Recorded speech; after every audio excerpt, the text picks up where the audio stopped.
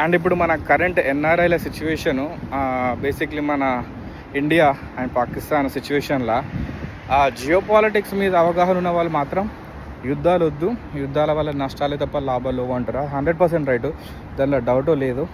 But మన India Pakistan ఈ current situation, ఈ అటాక్స్ల వల్ల అందరి యొక్క అవగాహన, వాళ్ళ ఆలోచనలు మొత్తం మారిపోయాయి అన్నట్టు. ఇప్పుడు నన్ను అడగండి, నేనైతే 100% కోరుకుంటున్నాను యుద్ధం జరగాలి. ఖచ్చితంగా మన ఇండియా యుద్ధానికి వెళ్ళాలి.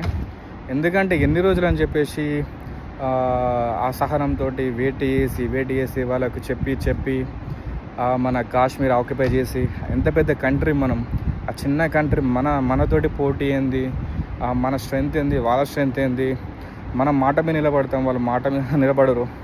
అంటే నాకే పర్సనల్గా చాలా ప్రాబ్లమ్స్ ఉన్నాయి, అయినా కూడా ఇండియా అనగానే చాలా అంటే చాలా ఇంకా పర్సనల్గా అయిపోతుంది అన్నట్టు. సో అదే సిచ్యువేషన్ ఇప్పుడు అవుట్ ఆఫ్ ఇండియాలో ఉన్న మన ఇండియన్స్ యొక్క మైండ్ సెట్. ఓన్లీ ఇండియా బయట ఉన్న వాళ్ళ మైండ్ సెట్టే కాదు, ఇండియాలో ఉన్న మైండ్ సెట్ కూడా ఇదే. యుద్ధం ఖచ్చితంగా కావాలి, 100% యుద్ధం కావాలి అంతే. చాలు, ఇంకా చాలు, చేసిన కాడి చాలు.